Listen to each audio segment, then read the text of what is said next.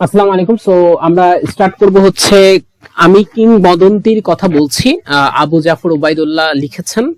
তো পর্ব 1-2 আসলে এটা কোনো ফ্যাক্ট না। আমরা পর্ব 1-এ কবির পরিচিতি এবং পাঠ পরিচিতি একটু পড়াশোনা করব, কবিতাটা কেন লেখা হয়েছে, এন্ড সেকেন্ড আমরা কবিতাটার ব্যাখ্যা পড়ব। ঠিক আছে, সো আমরা হচ্ছে শুরু করতে পারি ইনশাল্লাহ।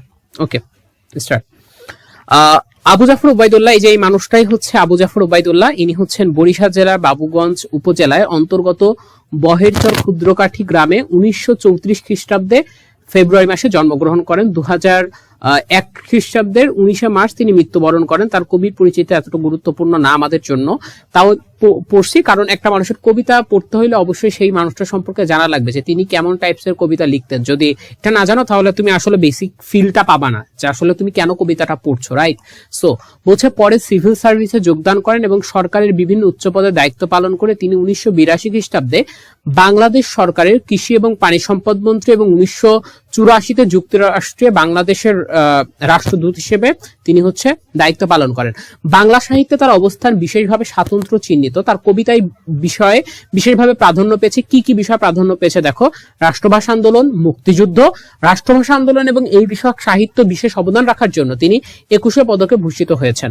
বাংলা সাহিত্য অবদানের জন্য তাকে 1979 খ্রিস্টাব্দে বাংলা একাডেমি পুরস্কার প্রদান করা হয়।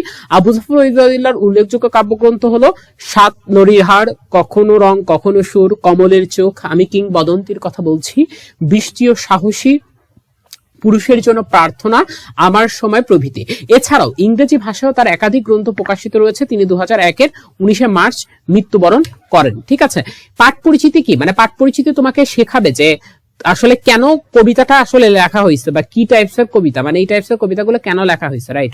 বলছে কবিতাটি আবু জাফর ওবায়দুল্লাহর বিখ্যাত গ্রন্থ আমি কিংবদন্তির কথা বলছি এটার এর নামে কবিতা। ঠিক আছে, ওবায়দুল্লাহর বিখ্যাত কাব্যগ্রন্থ, এইটারই কাব্যগ্রন্থের কবিতা। রচনাটিতে বিষয় এবং আঙ্গিকগত অভিনবত্ব রয়েছে। কিসে? বলছে আলোচ্য কবিতাটিতে উচ্চারিত হয়েছে ঐতিহ্য সচেতন শিখর সন্ধানী মানুষের সর্বাঙ্গীন মুক্তির দৃপ্ত ঘোষণা।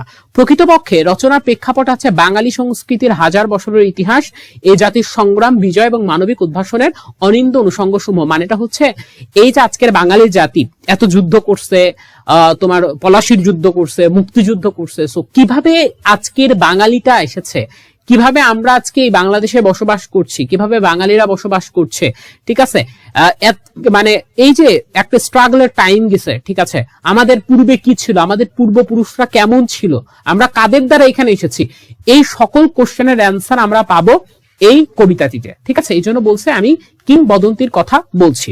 তারপর বলছে তিনি এই কবিতায় পৌনপুনিকভাবে মানব মুক্তির আকাঙ্ক্ষায় সোচ্চার হন। কিভাবে? কবির একান্ত প্রত্যাশিত মুক্তির প্রতীক হয়ে উপস্থাপিত হয়ে একটি শব্দবন্ধ কবিতা। কবিতার পূর্বপুরুষের সাহস এবং গৌরবোজ্জ্বল ইতিহাসের কথা উপস্থাপনের মধ্য দিয়ে তার বক্তব্যকে এগিয়ে নিয়ে চলেন। তিনি তার বক্তব্য দেন কবিতার মাধ্যমে, তিনি তার ইতিহাসকে জানান কবিতার মাধ্যমে। তিনি ইতিহাসের মাধ্যমে তার যে মাটির কাছাকাছি মানুষের যে ইতিহাস, বাংলার ভূমিজীবী মানুষের যে ইতিহাস, অনার্য কৃতদাসের সাথে লড়াই করে যে টিকে থাকার যে ইতিহাস, এইগুলোর ব্যাখ্যা তিনি এই কবিতার ভিতরে এক লাইনের ভিতরে একটা 5 লাইন দিয়ে দিয়েছেন। ওইগুলোর ব্যাখ্যা আমরা পরীক্ষায় লিখবো। ঠিক আছে, সো বলছে কবিতা এবং সত্যের অভেদ কল্পনার মধ্য দিয়ে কবি নিয়ে আসেন মায়ের কথা, মানের কথা, ভাইয়ের বোনের কথা, নট বোন হবে, ঠিক আছে, পরিবারের কথা। কবিও জানেন মুক্তির, আপনি হচ্ছে মুক্তি যে শুধুমাত্র যুদ্ধের মাধ্যমে হয় জিনিসটা কিন্তু মানে এরকম না। ঠিক আছে, সো তিনি কবিতার মাধ্যমে যুদ্ধ করেছেন। সো এই বলছেন যে কবি জানেন যে হচ্ছে এখানে আরেকটা কথা বলছে যে কবি জানেন যে আসলে মুক্তি যদি আপনার হইতে হয় তাহলে আপনাকে যুদ্ধ করতে হবে। আর সেই যুদ্ধ যাওয়ার জন্য মানে ধরো যে একটা এক্সট্রিম পর্যায়ে কোন একটা জিনিস চলে গেছে, রাইট? সো এক্সট্রিম পর্যায়ে যখন ওই জিনিসটা চলে যায় তখন তোমাকে ওইখান থেকে কি করতে হয়? যুদ্ধ করতে হয়। কারণ তোমার যখন দেখো যে বাংলাদেশের সার্বভৌমত্ব চলে যাচ্ছে, তুমি যুদ্ধ করতে যাও, তার মানেটা হচ্ছে এই যুদ্ধে যখন তুমি যাও তখন ওই যুদ্ধে তোমার তো একটা পরিবার থাকে, তোমার বউ সন্তান থাকে, রাইট? সো এই যে তুমি ভালোবাসার জন্য তুমি তাদের ভালোবাসাকে ছেড়ে, ঠিক আছে, তুমি এই সার্বভৌমত্বকে রক্ষা করার জন্য তুমি চলে যাও। ঠিক আছে, সো এইটাই বোঝাচ্ছে যে স্বাধীনতা যুদ্ধের ইতিহাস থেকে তিনি বোঝাইছেন যে কিভাবে একটা সন্তান তার বোনকে ছেড়ে চলে যায়, একটা মাকে ছেড়ে চলে যায়, ঠিক আছে, কিভাবে একটা ভাইকে ছেড়ে চলে যায়, এই জিনিসগুলো তিনি এখানে জানিয়েছেন। বলছে কবিতাটিতে রসলব্ধির অবিচ্ছেদ্য অংশ রয়েছে, কিছুটা আংশিক বিবেচনা রয়েছে। ঠিক আছে, তিনি বিভিন্ন ধাঁচের বাক্য এখানে ইউজ করছেন, আমরা কবিতা পড়তে গেলে এখানে বুঝবো। তারপরে বলছেন যে বারবার তিনি এটা দেখিয়েছেন যে কবিতা শুনতে জানে না সে ডট ডট কাঠামোটির পঙ্কোক্তিমালার একটা হচ্ছে উপস্থাপনের মধ্য দিয়ে কবিতা এবং মুক্তির আবেগকে একত্রে করে শিল্পরূপ তিনি প্রদান করেছেন। ঠিক আছে, যে কবিতা শুনতে জানে না ডট ডট ডট। আমরা এই কবিতা সম্পূর্ণ অংশটা যখন পড়বো তখন আমরা একটা নান্দনিক যে একটা কৌশলগত যে ব্যাপার স্যাপার এটা আমরা দেখবো। ঠিক আছে, তার মানে আমরা আমাদের সেকেন্ড পোর্শন আমাদের কবিতার ব্যাখ্যাতে প্রবেশ করছি। বলছে যে আমি আমার পূর্বপুরুষের কথা বলছি, আমি আমার পূর্বপুরুষের কথা বলছি, তার করতলে পলিমাটির সৌরভ ছিল। ঠিক আছে, পূর্বপুরুষ মানে কি বলছে? আমি বাঙালি। এখানে আমিটাকে বাঙালির হয়ে কবি কথা বলছেন। ঠিক আছে, আমিটা হচ্ছে বাঙালি হয়ে কবি কথা বলছেন। বলছে বাঙালি, এই আমিটা হচ্ছে কবি নিজে বাঙালি। আমি আমার পূর্বপুরুষের কথা বলছি, তিনি বাঙালি পূর্বপুরুষদের আদি বাঙালিদের কথা বলছেন যারা কিনা তার করতলে পলিমাটির সৌরভ ছিল। করতলে বলতে বোঝায় যে হাতের মুঠোয়। কি মুঠোয়? হাতের মুঠোয়, হাতের মুঠোয়। ঠিক আছে, তার করতলে বলতে কি বোঝায়? হাতের মুঠোয়। বলছে যে তার করতলে পলিমাটির সৌরভ ছিল, মানেটা হচ্ছে যে তোমার যখন মানে তাদের হাতের ইয়াতে কৃষিভিত্তিক যে বাঙালি সমাজের একটা পলিমাটির যে গন্ধ, ঠিক আছে, তারা যে কৃষক ছিল এই গন্ধটা আমরা সেইখান থেকে পেতাম। বলছে তার পিঠে রক্ত জবার মতো ক্ষত ছিল। রক্ত জবার মতো ক্ষত ছিল মানে রক্ত জবা লাল বলে পিঠের ক্ষতের সঙ্গে এখানে তুলনা করা হয়েছে। রক্ত জবা কি দেখতে লাল না? রক্ত জবা লাল, এই লালটাকে আমরা কিসের সাথে তুলনা করছে বলতো? পিঠের রক্তের ক্ষত স্থানের সাথে, পিঠের ক্ষত স্থানের সাথে। ঠিক আছে, পিঠের ক্ষত স্থানের সাথে এটা তুলনা করা হয়েছে। আমি তার পিঠে রক্ত জবার মতো ক্ষত ছিল। ঠিক আছে, মানে এখানে মানুষের উপর যে অত্যাচার নিপীড়ন করা হয়েছে এটার ইতিহাসকে এখানে তুলে ধরা হয়েছে। ঠিক আছে, শত্রুরা ভীরু কাপুসের মতো, কৃতদাসের মতো, ঠিক আছে, মানে তাদের উপরে পেছন থেকে ঝাঁপিয়ে পড়েছে, সামনে থেকে ঝাঁপিয়ে পড়েনি। ঠিক আছে, বলছে তিনি অতিক্রান্ত পাহাড়ের কথা বলতেন, অরণ্য এবং সাপদের কথা বলতেন। ঠিক আছে, তিনি অতিক্রান্ত পাহাড়ের কথা বলতেন, অরণ্য এবং সাপদের কথা বলতেন। অরণ্য সাপদ বলতে কি বোঝায় বলতো? সাপদ বলতে বোঝাই হচ্ছে যে হিংস্র মাংসাশী প্রাণী, হিংস্র মাংসাশী প্রাণী। ঠিক আছে, হিংস্র মাংসাশী প্রাণী। তো এখানে কবিতার লাইন কি বোঝাচ্ছে?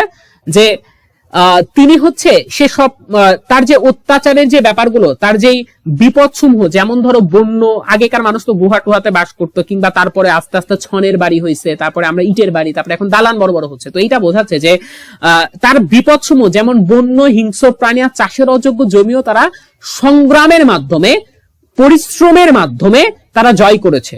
আর ইতিহাস হলো বাঙালি জাতির কিংবদন্তি এবং বাঙালি জাতির ইতিহাস। এই জন্য বলছে তিনি কবি এবং কবিতার কথা বলতেন।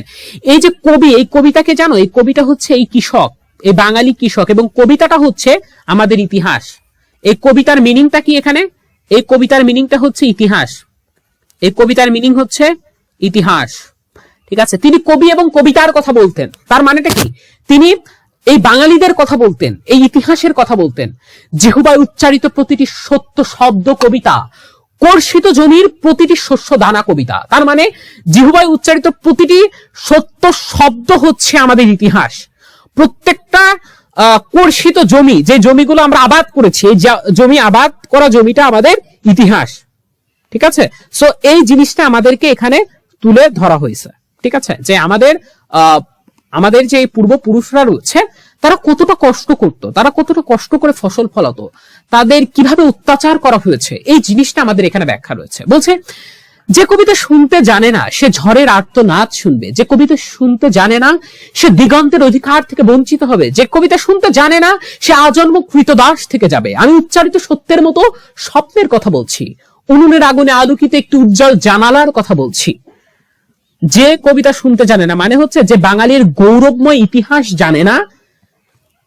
এই কবিতা মানে কি আমি আগেই বলছি ইতিহাস। ঠিক আছে, এতটুকু দ্বারা তোমাকে যেই জিনিসটা বোঝাই, নাম্বার 1 সেটা হচ্ছে তোমার যে বাঙালি জাতির যে একটা গৌরবময় ইতিহাস যে জানে না সে ঝড়ের বা পরাধীনতার আর্তনাদ শুনবে। ঝড় বলতে কি বোঝাচ্ছে? পরাধীনতা। ঝড়ের মিনিং কি? পরাধীনতা। পরাধীনতা।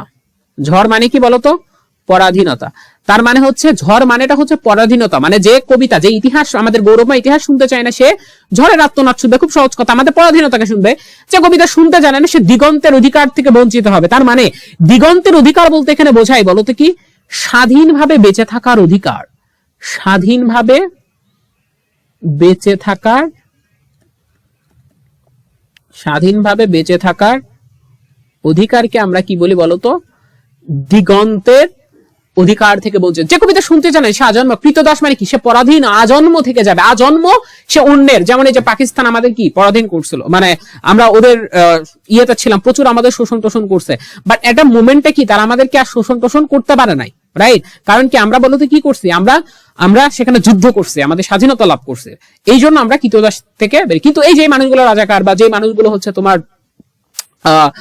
যুদ্ধ পরিধেয়, মানে হচ্ছে তোমার যুদ্ধের বিরুদ্ধে কাজ করছে, ঠিক আছে, এই মানুষগুলো আজন্ম কৃতদাস থেকে যাবে, ঠিক আছে। যেমন আমি উচ্চারিত সত্যের মতো স্বপ্নের কথা বলছি, উনুনের আগুনে আলোকিত একটি উজ্জ্বল জানালার কথা বলছি। মানে কবি বলছেন যে যে এগুলো শুনতে স্বপ্নের মতো হইলেও এটা আসলে সত্য। কবি উনুনের আগুনে উজ্জ্বল জানালা দ্বারা বন্দি জীবনে আসার আলোর কথা উল্লেখ করেছেন। কি করেছেন? বন্দি জীবনে, ওহো দেখি আমার পেন, ওকে, বন্দি জীবনে আশার আলোর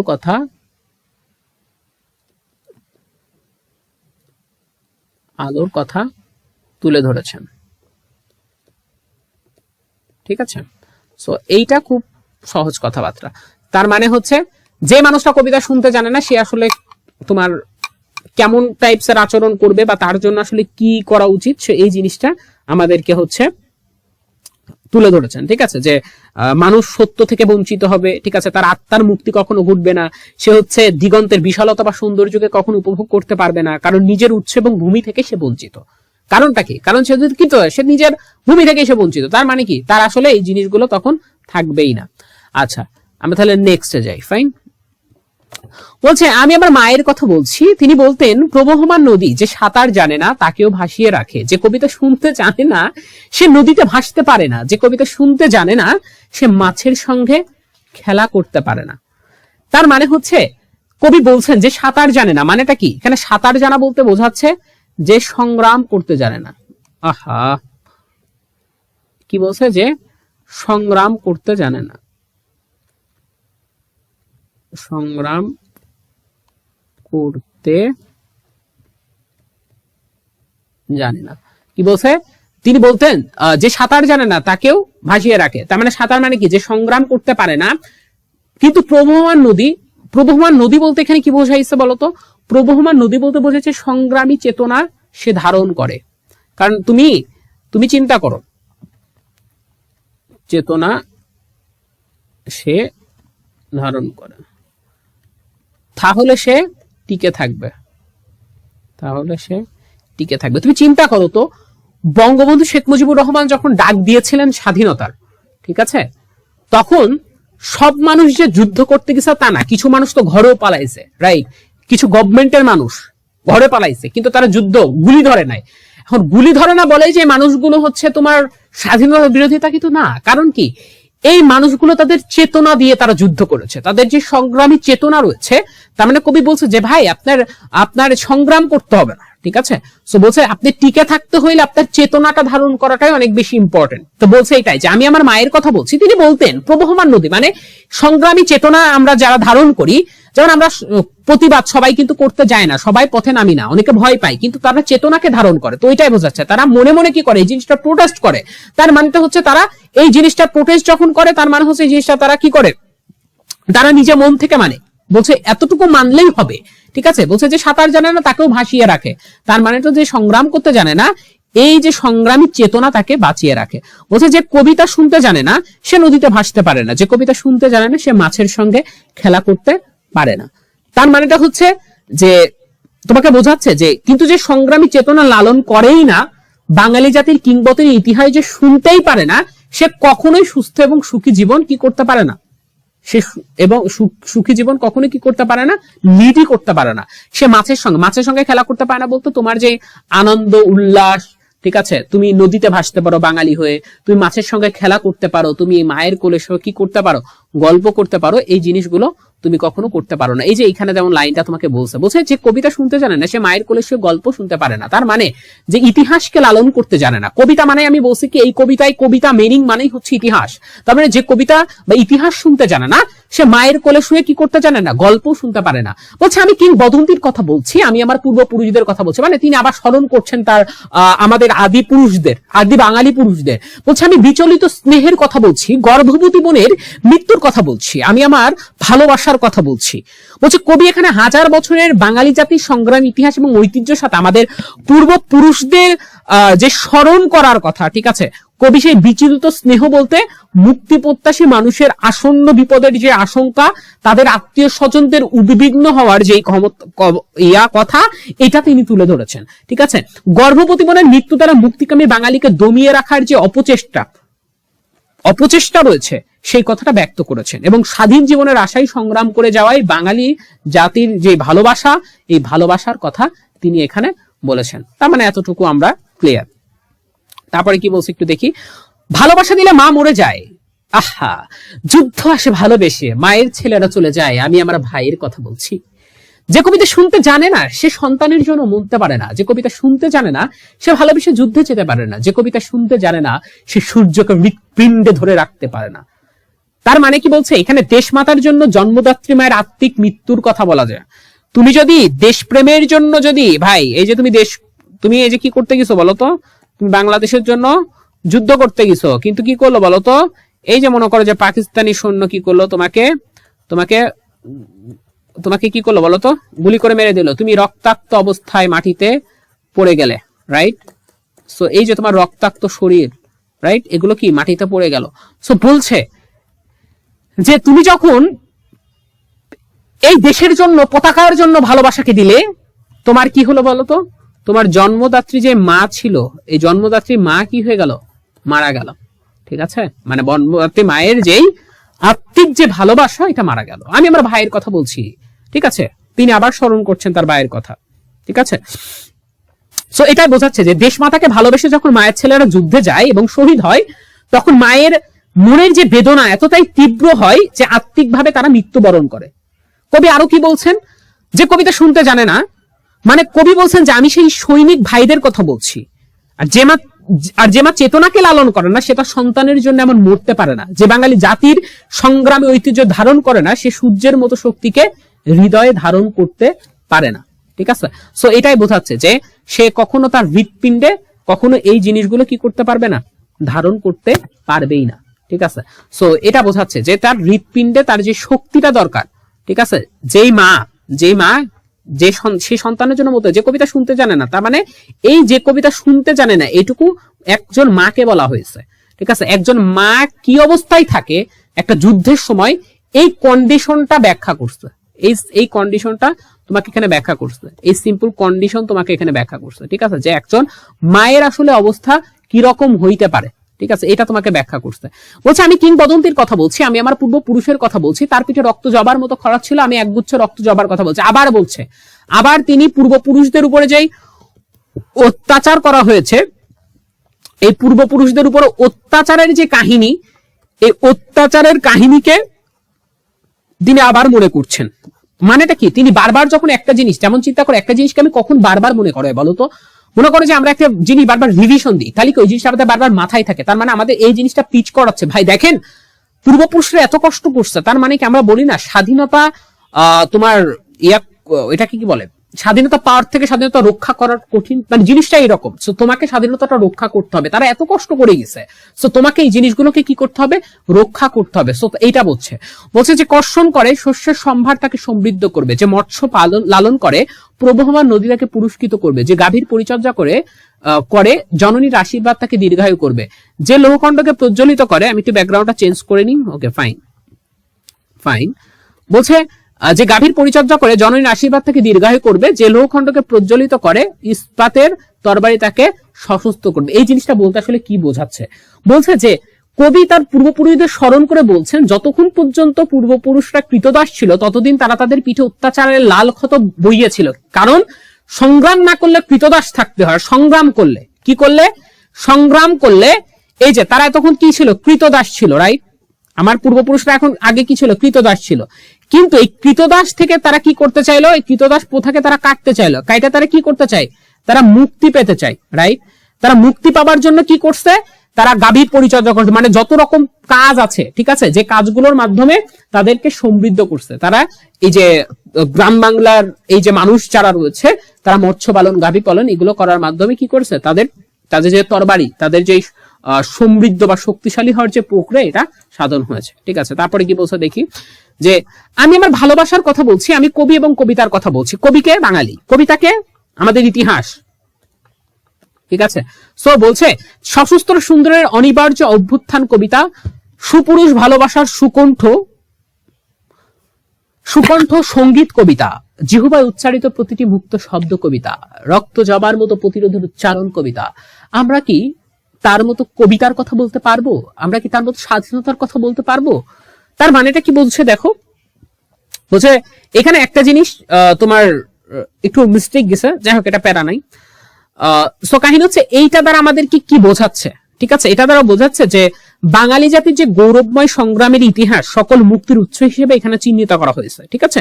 সশস্ত্র অভ্যুত্থানের মধ্য দিয়ে আমাদের যে সুপুরুষেরা ভালোবাসার সঙ্গীতের মধ্য দিয়ে, বাক স্বাধীনতা দায়ের মধ্য দিয়ে, রক্তক্ষয়ী যুদ্ধের মধ্য দিয়ে বা প্রতিরোধের মধ্য দিয়ে আমাদের এই কবিতাকে রচনা করেছে, ঠিক আছে।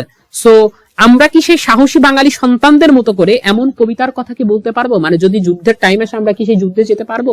তার মানে এখানে কয়টা বিষয়ের কথা বলেছে দেখো, সেটা হচ্ছে কোশ্চেন, একটা আশা প্রকাশ করছে কি, যে আমাদের এই জিনিসগুলো আসছে কি অনেক কষ্টের মাধ্যমে, অনিবার্য সশস্ত্র যুদ্ধের মাধ্যমে আসছে, রক্ত জবার মতো আসছে।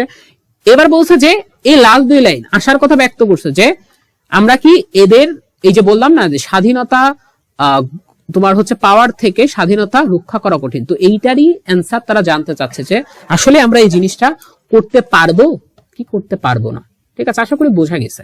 ওকে, তার মানে আমাদের কবিতাটা এই পর্যন্তই ছিল। সো তোমরা সাবস্ক্রাইব করে ফেলো চ্যানেল। আর হচ্ছে আর একটা বিষয়, সেটা হচ্ছে কবিতার একটা যদি আমি সাম আপ দিই তোমাদের মোটামুটি, তাহলে খুব সুন্দরভাবে তুমি বুঝতে পারছো যে তোমার কান্ট্রিতে তোমার যে মানুষরা, পূর্বপুরুষরা, তারা কিন্তু অনেক বেশি পরিমাণে কষ্ট করে গেছে, রাইট। সো তারা যে কষ্টগুলো করে গেছে, এই কষ্টগুলো তারা আদিকাল থেকে করছে, অনেক আগে থেকে করছে, অনেক যুদ্ধ করছে। সো এটা তোমাকে বোঝাইছে যে দেখো বাঙালির ইতিহাস কিন্তু অনেক প্রাচীন, এবং বাঙালির ইতিহাস যেটা, সেটা কিন্তু তারা অত্যাচার সহ্য করার পরে তারা কি করছে, তারা কখনো মুখ বুজে থাকেনি। আজ থেকে 10 বছর 20 বছর পরে হলেও তারা এই জিনিসটা নিয়ে মুখ খুলছে, রাইট। সো এই যে জিনিসটা নিয়ে তারা মুখ খুলছে, এইটাই বাঙালি। তোমাকে এটাই শিক্ষা দিচ্ছে যে তারা এত কষ্ট করে যে স্বাধীনতাটাকে নিয়ে আসছে, স্বাধীনতাকে তোমাকে রক্ষা করা উচিত না, ঠিক আছে। সো আজকের মধ্যে এখানেই শেষ করছি। ভালো থাকবে সকলে। আল্লাহ হাফেজ। নেক্সট কোনো ভিডিওতে ইনশাআল্লাহ।